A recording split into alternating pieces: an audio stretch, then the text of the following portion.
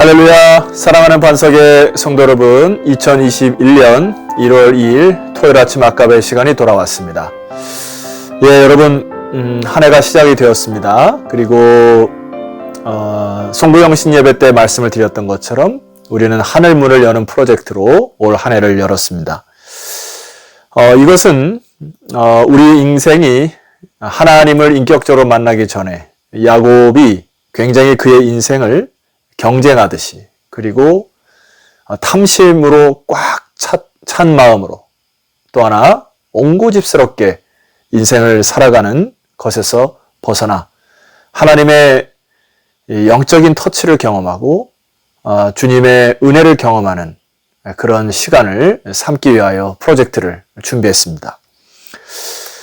그러기 위해서는 야곱이 하나님의 임재를 경험하였듯이 우리에게 영적 세계가 열려야 되는 것이죠. 그래서 올 한 해는 먼저 여러분 겸허한 마음으로 이 한 해를 시작했으면 좋겠습니다. 왜냐하면 전염병이 청거라는 이 시기에 단순히 전염병을 극복하고자 노력하는 것 위에 우리는 하나님의 영적 메시지를 받아 안아서 하나님의 백성들이 이 나라를 향하여, 이 세계를 향하여 또 기도하는 백성으로 섰으면 좋겠습니다. 그리고 이제 우리에게는 이미 구약으로부터 신약까지 이르는 하나님의 메시지, 즉 말씀이 주어졌기 때문에 이 말씀을 우리의 심령에 잉태되어지는 그 축복을 사모하는 여러분 되었으면 좋겠습니다. 질문을 하라고 하고 오늘 말씀을 좀 살펴보면 좋겠는데요. 성경에는 이 구약에부터 신약 이르기까지 도대체 얼마의 약속이 숨겨져 있을까요? 어느 책에 보니까 성경 안에는 9,000여 개의 약속으로 이루어졌다고 그렇게 기록되어 있습니다. 따라서 수많은 하나님의 약속들이, 진리의 말씀이 내 마음속에 심겨져 그것이 레마의 말씀으로 움직이기 시작할 때 우리는 비로소 이 땅에서 하나님의 백성으로 충만히 살아갈 것을 믿습니다. 제가 새해를 시작하면서 누가복음을 다시 묵상하면서 오늘 이 말씀을 하루 종일 마음속에 묵상하다가 저에게 주어진 그 레마의 말씀, 그리고 하나님이 세밀하고 아주 친밀하게 역사하시는 그 말씀을 여러분 함께 살펴보고 은혜를 나누고자 합니다. 오늘은 누가복음 1장 26절에서 마지막 절 주일까지의 말씀인데요. 여러분들이 주일까지 잘 묵상하셨으면 좋겠습니다. 먼저 26절을 여러분에게 읽어드리겠습니다.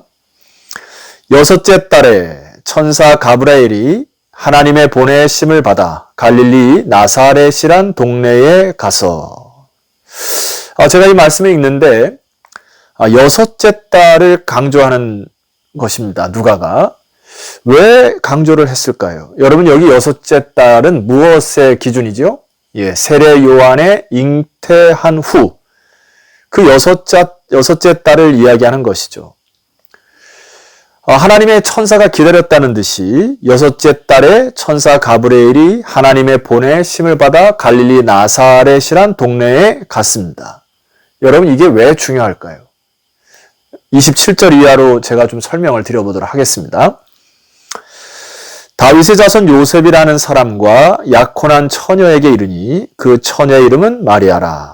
여러분, 여기 우리나라는 약혼이라는 단어를 쓰지만은 유대인과 우리의 결혼법은 좀 달라서 유대인은 이것을 정혼이라고 얘기를 합니다. 즉 완전히 결혼에 이르기 전까지 이들은 언약을 하죠. 그래서 1년, 2년 전에 언약을 하고 혼인신고까지 마칩니다. 그리고 나중에 신랑은 1년, 2년 뒤후에 돌아와서 아내를 위하여 집을 장만하고 또 그 사이에 신부는 순결을 유지하여 신랑을 기다려서 1년이나 2년 후에 만나서 완전히 합법적인 결혼의 마침표를 찍는 것이 바로 유대인의 관습이었죠. 이 기간 동안에 신부가 바람이 나거나 아이를 가지게 되면은 동네에서 돌로 침을 당하는, 그렇게까지 죽일 수 있는 그 형벌을 받기도 했고요. 물론 이 기간 동안에 신랑이 죽어버리게 되면 신부는 과부가 되는 그런 것이 우리의 지금 결혼법과 굉장히 다릅니다. 자, 정혼한 처녀에게 하나님의 천사가 나타나서 그에게 첫 말씀을 던집니다. 여러분 28절에 이렇게 말씀하시죠. 그에게 들어가 이르되 은혜를 받은 자여 평안할지어다. 자, 천사를 처음 보았고 또 천사가 나타나서 이 인간 마리아에게 뭐라고 얘기하냐면 하나님의 샬롬을 먼저 선포합니다. 은혜를 받은 자여 평안할지어다. 여러분이 하나님의 나라는 또 하나님의 말씀은 평안으로 임하는 줄 믿으시기를 소망해요. 그래서 우리가 세상 살다가 어떤 것이 하나님 말씀인가 말씀이 아닌가 구별되는 근거 중에 하나는 이 하나님의 샬롬, 이 질서의 하나님, 마음의 평강으로 오기 시작할 때 우리는 그것을 하나님의 말씀으로 받는 기준의 근거가 되는 것입니다. 자, 이 첫 번째 말씀이 은혜 받은 자여 평안할지어다. 이렇게 선포를 하고요. 그 다음에 이렇게 얘기를 합니다. 주께서 너와 함께 하시도다 하니 29절 처녀가 그 말을 듣고 놀라 이런 인사가 어찌민가 생각하매 그의 마음을 꿰뚫은 천사가 두 번째 말을 합니다. 30절이에요. 천사가 이르되 마리아여 무서워하지 말라 내가 하나님께 은혜를 입었느니라. 당황하고 지금 무서운 마리아에게 무서워하지 말라 하고 계속 하나님에게 은혜를 입었다는 말을 계속하고 있습니다. 그리고 31절의 말씀 보면은 보라 내가 잉태하여 아들을 낳으리니 그 이름을 예수라 하라. 그가 큰 자가 되고 지극히 높으신 이의 아들이라 일컬어질 것이요 주 하나님께서 그 조상 다윗의 왕위를 그에게 주리니 영원히 야곱의 집을 왕으로 다스릴 것이며 그 나라가 무궁하리라. 자, 이 말씀을 받은 마리아는 이게 당황을 넘어서 굉장히 두렵기도 하고 무섭기도 하고 어찌할 바 모르는 상황에 있을 것입니다. 왜냐하면 자기는 처녀였는데 내가 어떠한 아이를 잉태한다는 것 자체가 이 사회에 살기는 너무나 힘든 상황이었고 이것은 한 여인의 몸으로서도 너무나 당황스러운 일이었고 그리고 이 천사의 약속은 그 32절에 보니까 지극히 높으신 이의 아들을 너의 태에 준다고 하는 이 사실이 이 마리아에게는 이것이 엄청난 그 하나님의 역사이기 때문에 너무나 당황스러웠을 것입니다. 그래서 마리아가 34절에 보니까 이렇게 얘기합니다. 마리아가 천사에게 말하되 나는 남자를 알지 못하니 어찌 이 일이 있으리까 하고 되질문하는데요. 35절에 천사가 대답하여 이르되 성령이 내게 임하시고 지극히 높으신 이의 능력이 너를 덮으시리니 이러므로 나실 바 거룩한 이는 하나님의 아들이라 일컬어지리라. 하나님의 아들을 잉태한다는 이 사실이 이 인간인 마리아가 믿겨지지 않았을 것입니다. 그리고 어떻게 믿어야 할지 인간의 상식과 이해를 뛰어넘는 일이 본인에게 일어난 것입니다. 더군다나 이 일은 2000년 전에 한 여인이 받아들이기는 너무나 힘들었던 것입니다. 그런데 천사가 이 상황을 인간 수준에 맞게 풀어가고 있습니다. 그리고 마리아에게 다시 얘기하는 부분이 36절입니다. 여러분 36절 보시죠. 보라, 내 친족 엘리사벳도 늙어서 아들을 배었느니라. 본래 임신하지 못한다고 알려진 이가 이미 6달이 되었나니. 여러분 여기서 제가 처음 질문한 의문이 풀어집니다. 6째 딸의 비밀이 여기서 풀어지는 거예요. 믿지 못하고 또 이해가 불가한 이 상황을 천사가 6달 전에 너의 친족 엘리사벳이 태가 닫혀 있었던 그것이 하나님의 역사로 열어지듯이 우리 하나님의 나라는 인간의 이해와 상식을 뛰어넘어 하나님께서 하실 수 있으면 하시는 분이라고 하는 이 메시지를 이야기합니다. 자, 37절에 천사가 이렇게 얘기하죠. 대저 하나님의 모든 말씀은 능하지 못하심이 없느니라 하고 마치 하나님이 마리아에게 하고 싶은 메시지를 선포합니다. 다시요. 대저 하나님의 모든 말씀은 능하지 못하심이 없느니라. 마리아가 볼 때도 친족 엘리사벳이 아기를 잉태했다는 소식은 사실 상식의 초월, 이해의 초월의 사건이었습니다.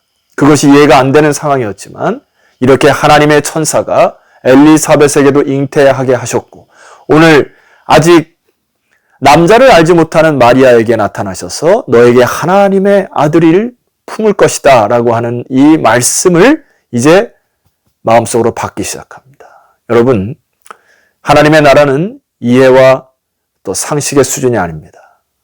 여기서 천사는 마리아에게 믿음의 반응을 요구하는 것입니다. 여러분, 하나님의 나라는 이해로 다가서는 것이 아니고 믿음으로 반응하시는 여러분 되었으면 좋겠습니다. 그래서 38절에 마리아가 한 유명한 고백이 저와 여러분의 고백이 되었으면 좋겠습니다. 마리아가 이렇게 반응합니다. 마리아가 이르되 주의 여종이오니 말씀대로 내게 이루어지이다 하매 천사가 떠나가리라. 주의 여종이오니 말씀대로 내게 이루어지이다. 여러분, 이 고백이 여러분의 삶의 자리에서 일어나는 축복이 되기를 소망합니다. 우리의 이해를 넘어서, 우리의 상식을 넘어서 이제 믿음으로 말씀을 잉태하기 하는 순간에 여러분, 하나님의 나라의 여러분의 삶은 굉장히 풍성해지리라 저는 믿어 의심치 않습니다.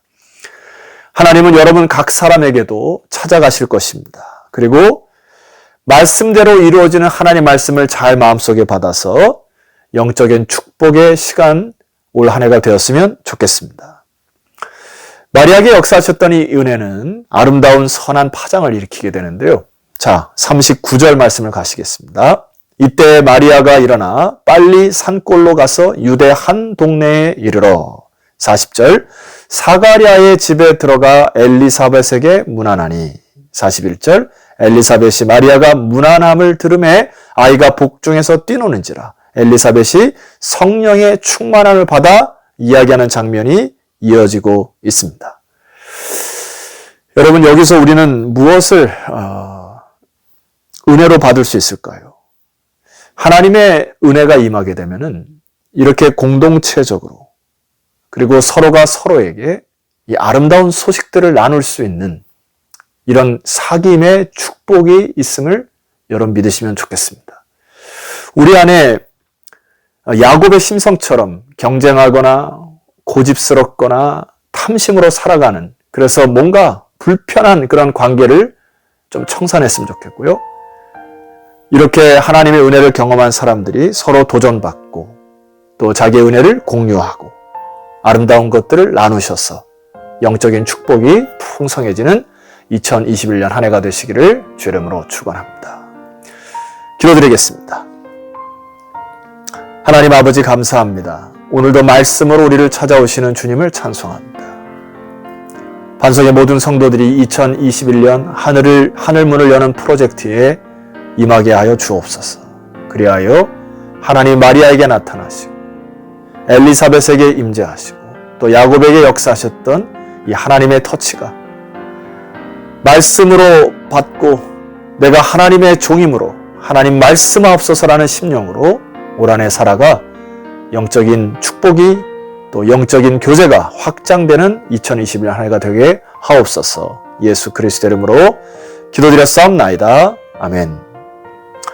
성도 여러분, 주일날 찾아뵙겠고요. 월요일날 누가복음 2장으로 여러분 다시 만나 뵙도록 하겠습니다.